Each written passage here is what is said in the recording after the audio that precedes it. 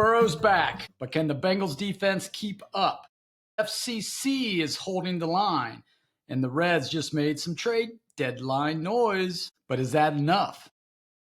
And oh yeah, we're dropping some names of the Cincinnati Sports Hall of Shame this week. So before we begin, we are going to let you know that later in the show, Sam and I will be doing a wild lineup swap between the 2010 and 2025 Cincinnati Reds, and you're going to want to see who made our cut. And we will reveal the first three names inducted into our Cincinnati Hall of Shame. Think you can guess who they are. Right now, we are going to go into our quick hitters in the week that was. So let's start off, Sam, with the Bengals camp news. I mean, they had their big practice on Saturday night. Trey came back to camp. One thing that was nice to see is that, he's not being a menace. He's actually helping out with defensive line work, especially with Shamir, who's actually looking really good. So thoughts, first of all, on Trey and what that means, just having him in camp. I mean, having him in camp, looking at it from fan perspective, means he wants to be here. He wants to be a part of the team. Obviously, he wants to get paid too, so that's where the holdout comes in. But I think he enjoys being around the team. He enjoys being with the guys, and to see him actually helping Stewart particularly, I think is a good sign that, at least on Trey's end, he's trying to get a deal done. He wants to play, but he wants to play his number. So hopefully I'm more optimistic now than I was 2-3 weeks ago that a deal will get done. But I also wouldn't be surprised if one doesn't and Trey ends up just playing this season out and hitting free agency next year. Yeah, it's, it's close, right? I mean, the numbers are real close. It's just that guaranteed money. We talked about that last week. Trey is a stand-up guy. I think everybody knows that as far as his character. First, some of us here in Cincinnati thought it was a little out of line for him, but, he wants to get paid. He wants to get guaranteed. He knows he's on, the 30 side, the wrong side of 30. And this is probably could be it for him as far as one last big payday. So he's hoping that he can, get a little more money guaranteed in the first couple of years. Let's see if they can work it out. But it's been a positive having him in camp working with the younger guys. Speaking of the Bengals in the camp news, the defense versus the offense. Today, Burrow connected with Tanner Hudson for a touchdown. I think it was the first touchdown in like 7 practices, if I'm not mistaken, or 7, I don't know, or 7 series that the first team offense had against the first team defense. Any take into that at all, or is that just defense ahead of offense? I think it's pretty well known. Defense is always ahead of offense the first couple of weeks of camp. It's just kind of how it works out. Don't know why. I've never went through a football camp. Don't know why that is, but that's everything I hear. That's pretty universal for every team, even teams with great offenses. It just takes a little bit longer to click. Our main point has always been it just needs to be sorted out by week 1. We've got to be ready to go for the season. So I guess from that standpoint, it is a little concerning that it's taken the offense a little bit to put a touchdown on the board against our defense, considering how bad they were. But maybe our defense has improved. They're, going to gel a little bit better this year. Guys are going to be playing positions that they want to play and are comfortable playing and be put in spots to succeed. So hopefully that's the case. And we have 2 top 10 units. That would be nice. That would be awesome. And, they're doing it without Dax Hill, who's still recovering from the ACL injury that he suffered early in the season. So, yeah, and it's the defensive backfield is very young, and they're hopefully taking this next step in the progression of becoming better or NFL type of, players in the secondary. So hopefully that they can do that, and we'll be able to, reap the benefits, and Burrow won't have to put up 40 points a game to try to win a game instead of, just putting up those points and knowing that we're going to win. All right, and the last thing on the Bengals front, they signed Noah Fant, tight end. Impact. What do you think that's going to have for our offense? Yeah, I mean, it kind of allows Gesicki to move to be the slot receiver almost permanently if they want. I don't know if that's something that they'll do. But I mean, Fant's more of the end of line receiving tight end. He's not a great blocker from what I hear. Better than Gesicki is, but not a great blocker. But he's good getting off the line of scrimmage, being right next to the tackle, whereas Gesicki's kind of better in the slot. So it gives them another versatile option there. Hopefully they can, because they've got him, Gesicki, Sample's still there. They've got Hudson, and they've got another tight end. Is it O'Grady or Grady or something like that? I can't remember. Yeah. I think he played a little bit last year. But hopefully they can, have a fan on the team, gets Tanner Hudson off the team. And we can go from there. Yep.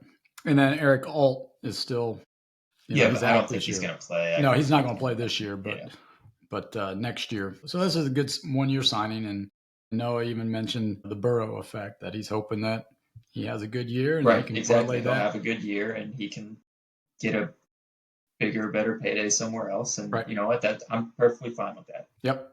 If it helps us win this year, all for it. All for it.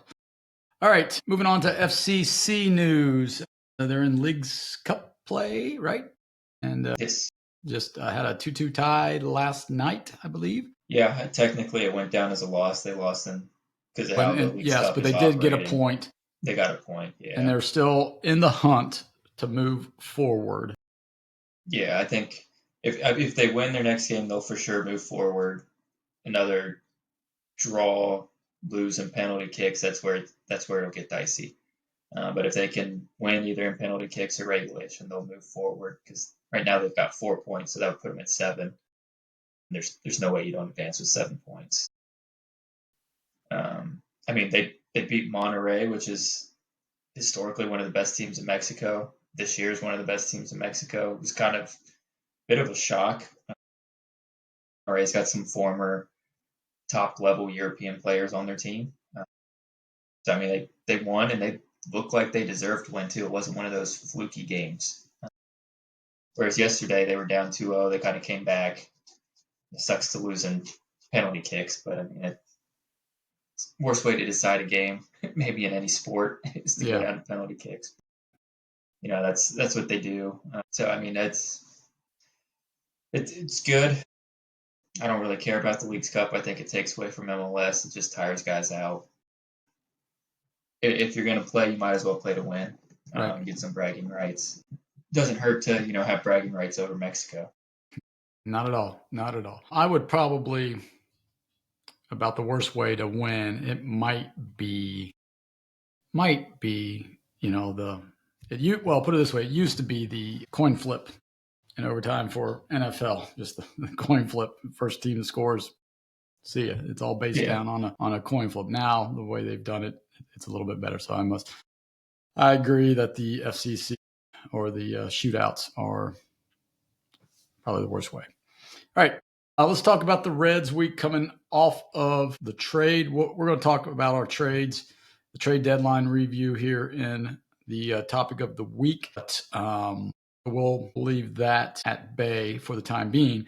But we'll talk about the Dodgers. Had an opportunity to take the series, but we lost. I believe it was game 2 where we were up. And we just blew that one. And then on Sunday, we came back and won. And then the Braves, once again, we just could not get over the hump. And I know we'll talk about the debacle in Bristol by Major League Baseball, but let's talk about the week coming off of the trade deadline. 2-4 for the week. Not a great week for the Reds, especially if they're trying to make a move in the wild card standings. Yeah, 2-4 is not good at all. You need to be winning series at this point if you're going to catch the Padres in the wild card race. I believe that's who we're behind right now. So I think the division's going to come down to Chicago, Milwaukee. the other team will be a wild card. So we're kind of chasing for that third wild card spot. That's going to be the goal. You have to win series. You can't have any more 2 and 4 weeks. At worst, it's got to be 3 and 3. Absolute worst. Well, the sad thing is it could have been 4 and 2. It very easily could have been. Should have been 4 and 2. But yeah. But I mean, we've seen it. I mean, getting into the Thursday night game against Atlanta. I mean, give up 8 runs in the 8th, and you come around and you score 8 runs to tie the ball game again, which is exciting. That was a crazy awesome. game. Good on the offense for doing that. But then it seems like we just lose every single extra inning game. I don't know what our actual record is, but I feel like it's got to be the worst of baseball. It seems like that stupid runner scores every single time for the other team, and we can never get them to score, which makes no sense. I mean, in part because they just run into outs. The base running issues are still a problem for this team, which I do not understand. Ellie, I know he's trying to make things happen, but you cannot run yourself out. You're first out at third. You cannot do that. Now, granted, if he stays there, it's the same result, right? Because Austin Hayes got to second with 1 out, but I don't think they throw Hayes out. Because, I mean, he was in the hole. Maybe not, but also I'd rather have Ellie on second than Austin Hayes. Yeah. So, because there's always that chance same result, he can steal third. Or, I mean, just a little blooper that guys don't score on. Right. He can score on it. Yep. And that's a bonehead play. He's got to be better than that. Well, and then the rundown, it gets tagged out at the plate on Sunday. Yeah. That can't happen either. I mean, I know he was caught in no man's land, but I don't know. Yeah, I mean, that's a tough one. That's tougher than the one that's hit when you're on second base to the shortstop side. Well, a couple of things from MLB Network, the best records in the National League since June 1st, right? The Brewers are 36-16. The Marlins are 32-22. The Reds and the Cubs are both 29-24. So, I mean, they're playing decent baseball. Playing solid baseball. Right. But, I mean, they just haven't been able to put that run together that gets them over the hump. Yeah, here's the issue, right? While the Reds have not been swept this year, they have lost 8 series to teams that currently have losing records. 2 to the Nationals, 2 to the Braves, the Giants, the White Sox, the Pirates, and the Cardinals. Those cannot happen. If you want to be a playoff contender, not just trying to make the playoffs, but a playoff contender and, do some damage in the playoffs, you cannot be losing series. You can lose a game here and there, but you cannot be losing series to these teams. Yeah. We've been lucky that we've missed Paul Skeens the first 2 times around through Pittsburgh, but guess what? He's pitching game 1 against us. So we're gonna face him there, and it's probably going to be an L. Yeah, I mean, we've got the Cubs for 3 games here, so I mean, we got to take 2 out of 3. A sweep would be great, but we have to take 2 out of 3, kind of get back on the right track. Yeah, I need them to cut down on these boneheaded plays. I don't know, and I need Manfred to get rid of this stupid ghost runner, automatic runner. I mean, this guy. Yeah, I mean, we'll get into it in a little bit. But right, this guy is he's awful. Yep. So let's go ahead and get into the debacle in Bristol. I'm gonna play part of Major League Baseball, okay? Because I've been in that situation numerous times where rain is coming and I had to make a decision on whether or not we're going to cancel a football game because of storms, cancel, baseball games, snow-related events, high school basketball games, the makeup, those type of things. I mean, we do have policies in place, but sometimes, it's just, do you wait it out? Do you start the game? Do you not start the game? Not giving MLB a pass, but when you have this event and it's supposed to be a nighttime event and 85,000 people are coming there, you want to do everything in your power to play the game on that day. Whether you wait it out until 12:30 to start the game, you do that. But the problem MLB had was whether they looked at the radar or not, they probably did. You knew the rain was coming in a half an hour. Mm-hmm. They said, we're going to start the 20 minutes, 25 minutes, whatever it is, first pitch. So Burns warmed up, Strider warms up. After the ceremonial first pitch by Bench and Chipper Jones, the rain starts coming down. Chase Burns pitches. Also, if you're up against the clock for rain, can't you just skip all that stuff? You know what I mean? You could, but that's ultimately it doesn't matter because they got an inning in anyway. Still, like if you're worried about rain, get the game going. Yeah. Or you just wait. You tell them, hey, looks like rain's coming in a half an hour, so we're just going to sit tight. Don't warm up. Don't do anything. We're just going to sit tight. So taking the side of MLB, I understand why they tried to get it done. But, hindsight's always 2020, right? Looking back on it, they should have just delayed the start of the game. And then if the rain wasn't getting out of there by 10 o'clock, then you say, guess what? We are postponing it until Sunday. Yeah. You're saying we can't get the field ready, blah, blah, blah. Sunday, we'll come back 1 o'clock. And it was, and this is when the vice president of baseball operations came on and talked and said, we are suspending the game and we're moving it to 1 o'clock. We had this built in. See, I thought that they had the day off because of they're in Atlanta or they're in Bristol. They give them the day off after the game, blah, blah, blah. Right, travel back. Those type of things. But that was actually a contingency plan for weather. If that's the case, then why didn't you just use your contingency plan and say, yeah, sorry, but right, because now the Reds are in a tough spot. Yep. You burn Chase Burns. So now you got to figure out something else you got to do. You sent Richardson down, turn around and call him back up. The commissioner's got to send his private jet to go pick him up so that he can get there in time for the game. Well, and then Will Benson in return has to go down, which we'll talk about. And then Chase Burns doesn't get to make a start, really. Yeah, one inning. Sucks for him, too. Yeah. Everybody wants to see him pitch. You're so concerned with your young stars pitching, you put a guy in the All-Star game with 4 freaking starts, and then you don't even let Chase Burns pitch on national television. Mm-hmm. What kind of sense does that make, Rob? Crying out loud. Maybe if Burns had one more start, so he had 6 or whatever, they'd have postponed the game. Well, it's, now that guy's on the injured list, and nobody gets to watch him pitch.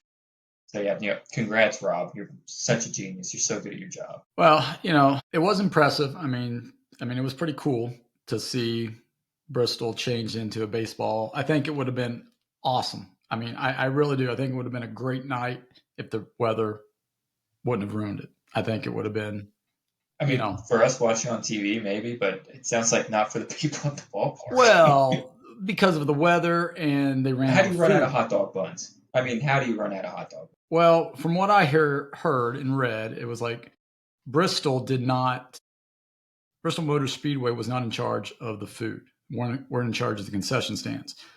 And so MLB, I think, was. I'm not 100% sure on that. And the other thing I saw was that, at Bristol and a lot of these motor speedways, people are allowed to bring in their own food and they're allowed to bring in their own coolers. So if Bristol did run it, they might not have known how much to get, and they weren't planning on 3 hours of rain delay where people aren't doing anything but eating and drinking, right? I guess, but I don't know. But I think you plan for that. You're saying, we got 85,000 people. Let's times that by, 3 hot dogs per person and 3 beers per person. The whole idea was that those 85,000 were going to be there all day. Right. And the game was going to be kind of the, well, I don't want to say an afterthought, but, the whole thing was centered around an entire day's worth of events leading up to a game. So you would think that they would have all of that stuff covered. Yeah. And I heard the lines were long to get into the fan zone. You couldn't. I'm sure they were. Those type of things.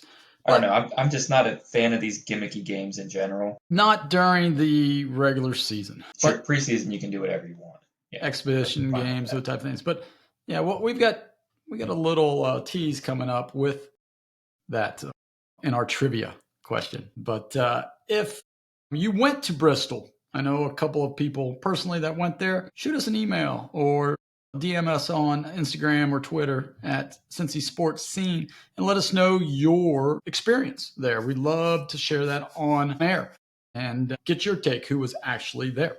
So,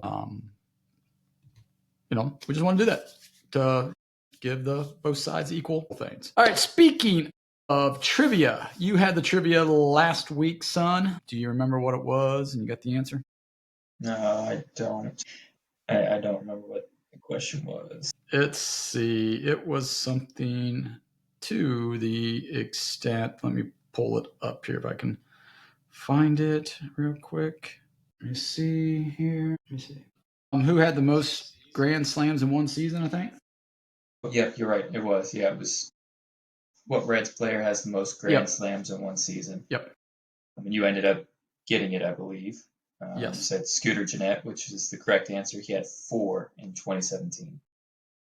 All right. So my trivia question comes from our good friend of the show and former co-host, Charlie Crawley. He sent out a text yesterday to our group, and I don't know if you saw it or not. I did, yeah. But I got all of them correct because I was really the only one who was answering. But I'm going to read it out here. Go ahead and you can give a couple of guesses if you can remember them.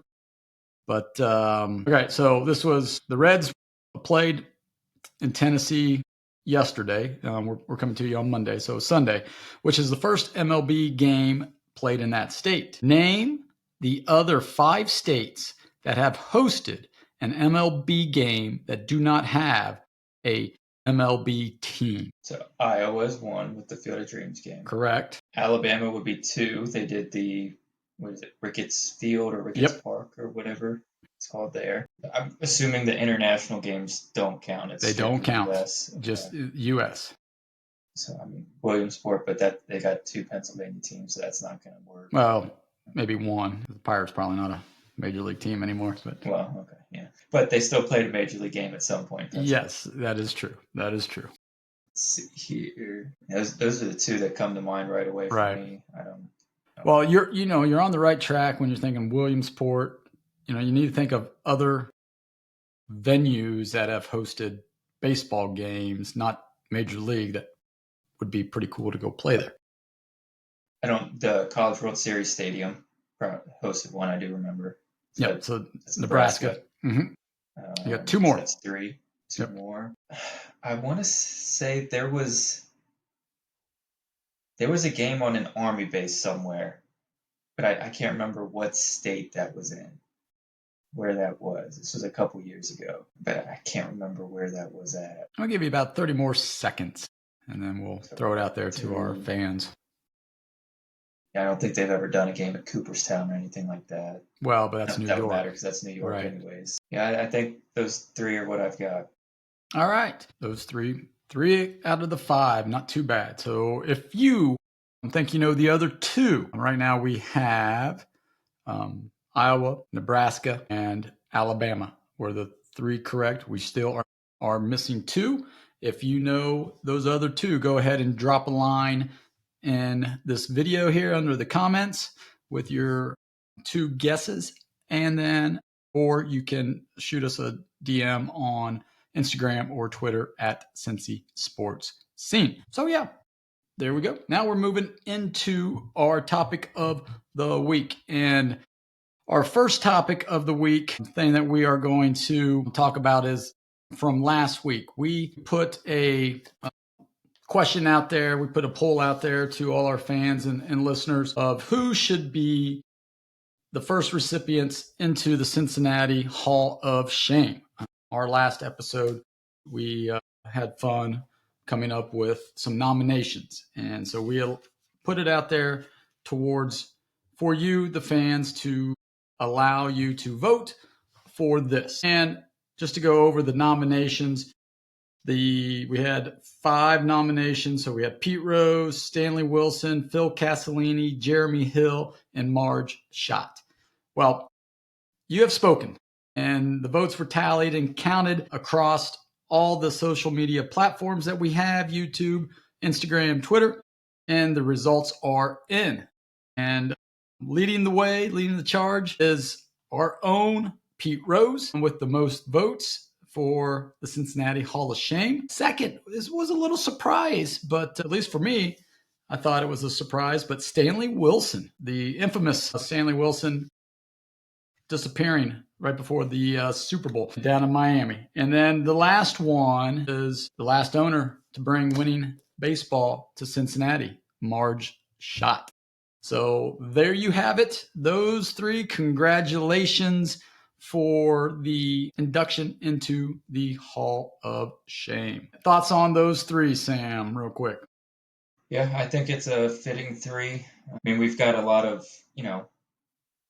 losers, I guess I would call them, not necessarily Hall of Shame worthy, guys. But yeah, I mean, those 3 definitely brought, some shame and some big moments to the city and to the teams, respectively.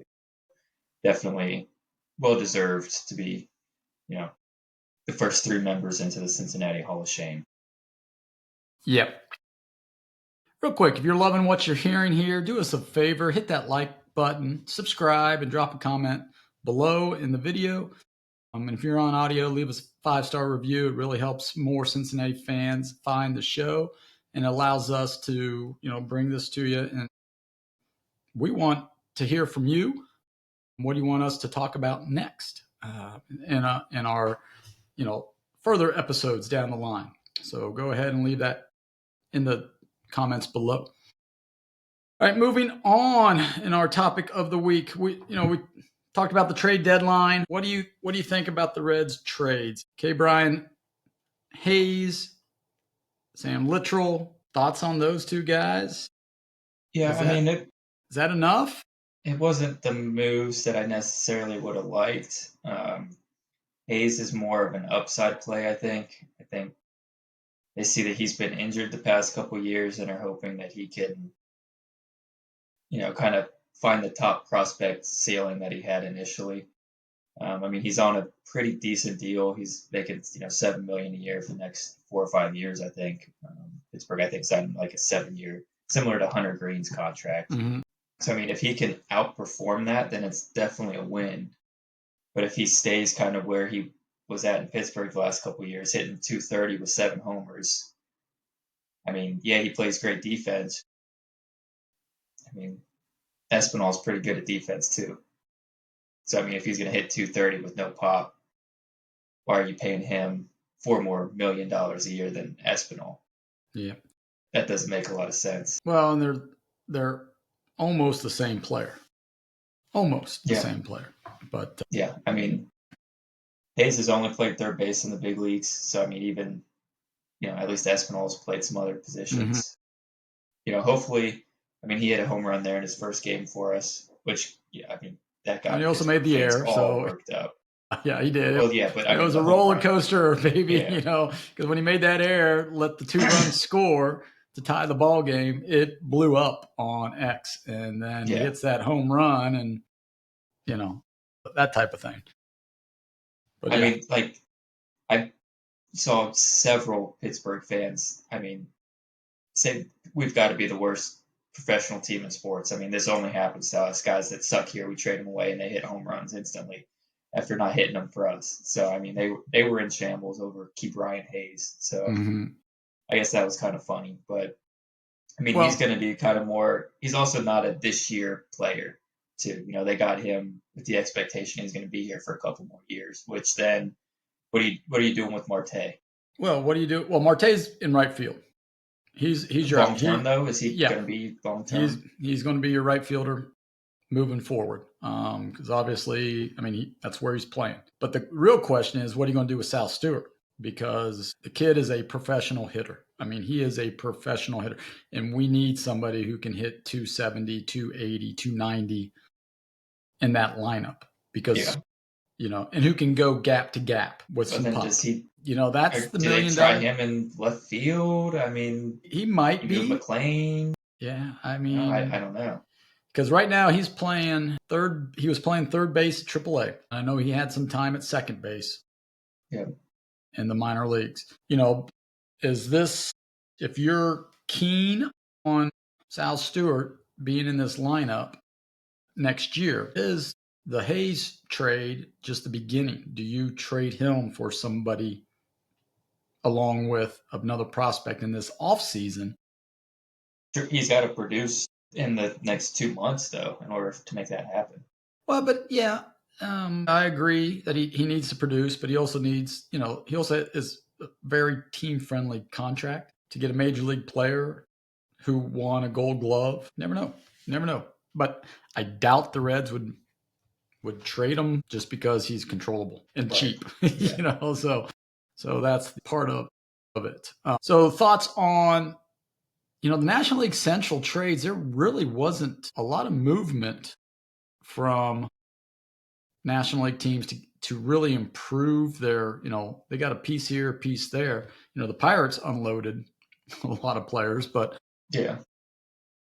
as far as, the Brewers and the Cubs bringing in like big name guy didn't happen. The Padres were the ones that, stole the show, and they're the ones who were chasing. So thoughts on just the trade deadline in general? I mean, anything strike you as Yeah, like, I mean, ooh, I felt it was kind of a little slower than in years past. Part of that could have been the Devers trade, which happened, early July, or was that late yeah, June?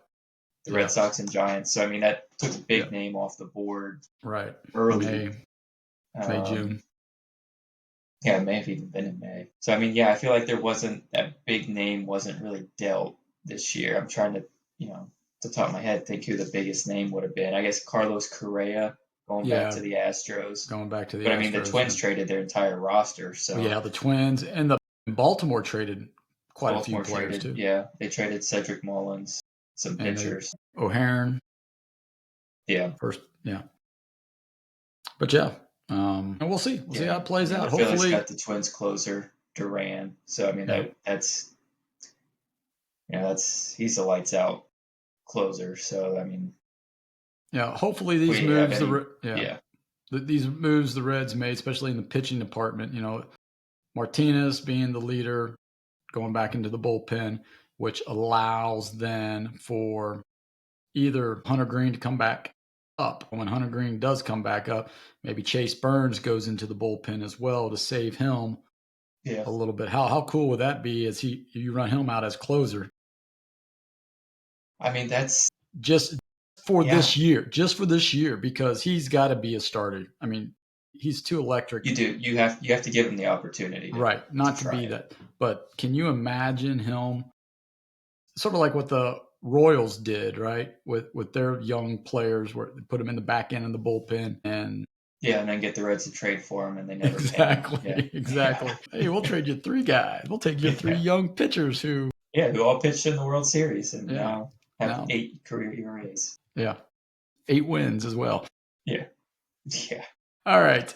Speaking of trades, and since the Reds really didn't make any major moves, and I think most of the fans out there are, just flabbergasted that, 2 games out and we're not really trying to do some things. So our topic of this week is we are swapping. We're making some trades ourselves to further enhance this 2025 team and go back to the 2010 team that was up 2 games to 0. No, that was the 2012 team. no, that was 2012 team. Yeah. The 2010 2010 got no team hit by Roy got no Halladay. hit. Yeah. But it was the first time that they were in the playoffs. Yes. So, in a long time. So, what we're going to do is we're going to try to improve our chances. I've got the 2010 team, so I am going to be rating this 2025 team. Sam has the 2025 team. He's going to take 2 guys from that team. But the caveat is we have to give up. Like if we get 2 players, we have to DFA 2 players off of our 26-man roster. All right. So, Sam, since you've got the 2025 team, I'll let you go first. What 2 players are you taking, and what 2 have to be sent down to AAA or DFA'd? So first one is kind of, I think it's obvious. It's Joey Votto. You have to. First base has gotten next to no production this year. So just fit-wise, fits perfect. They need a 3-hitter. They need a lefty that's got some pop. I mean, Votto is the perfect player, especially 2010 MVP Votto. Yeah, plug him in. We're looking pretty dangerous. I actually need to make sure. I'm pretty sure Connor Joe's still on the active roster. Is that correct? Nope. He got sent down. Did he? Okay. Yep. I'm going to have to look up current active roster. Give me 1 second here. So we are going to send down. We're not even actually going to send this guy down. We're just going to straight up release him. We are releasing Gavin Lux. Ooh. I'm going to DFA him. If somebody wants to give us their 18th ranked prospect, sure. But he's redundant. He's kind of useless at this point. You got a couple outfield bats, lefty outfield bats. You don't need him. You got utility guys for the infield. You don't need him. So he's gone. And then the second guy is where I really struggled. It's going back and forth between 2 guys. Looking at the 2010 roster, Cueto wasn't Cueto yet, so I don't want to take him. He was showing signs, but he wasn't quite there. I'm not taking Bronson. Ooh. There's no other pitcher that's worth anything, even out of the bullpen. They all are kind of just like they were fine. So the 2 guys I went back and forth were between Brandon Phillips and Scott Rowland. I think I'm going to take Scott Rowland, and I'm going to send down Marte. Well, I wouldn't have traded for T. Brian Hayes to begin with. Well, but he got traded. But right. Since we have him, I'm going to keep him. He's kind of a super utility. Rowland's 35. He doesn't need to play every day. He just needs to be the veteran presence and kind of stability guy, and he can DH too. So I'm going to send down, not release, just send down Noelvi Marte. All right. So now it's my turn to hopefully improve this team with players from the 2025 roster. Hey guys, What's happening here? There's something there. What am I on? Oh, baseball reference almanac. Sorry about that. Let's go. So, first one's probably obvious. I am taking Ellie De La Cruz to be put on this 2010 team. I don't know if he would be allow us to not get no hit. I kind of doubt it, but just bringing him on, putting him at shortstop, and I would flat out release Orlando Cabrera. He was 35 at the time. Just say, see ya. Even though he was decent for us that year, but nope.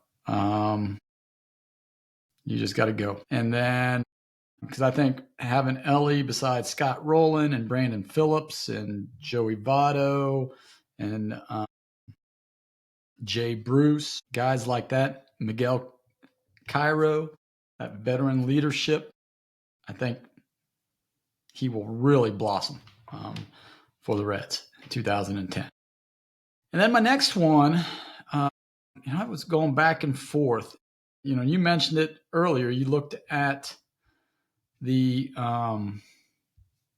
pitching staff, and not a whole lot scares you there. No, I mean, just looking at it, I've got all their stats pulled up. It's amazing they actually won 92 games with these numbers. I mean, Arroyo he was 12th in Cy Young, had a Gold Glove, but Cueto, like you said, he was 24, just starting out. Mike Leake was 22. I think that was his rookie year, Mike Leake. Yeah. Homer was a young pitcher. Homer, 24. Harangatang was there. Edison Volquez was 26, right? Travis Wood. So, yeah. So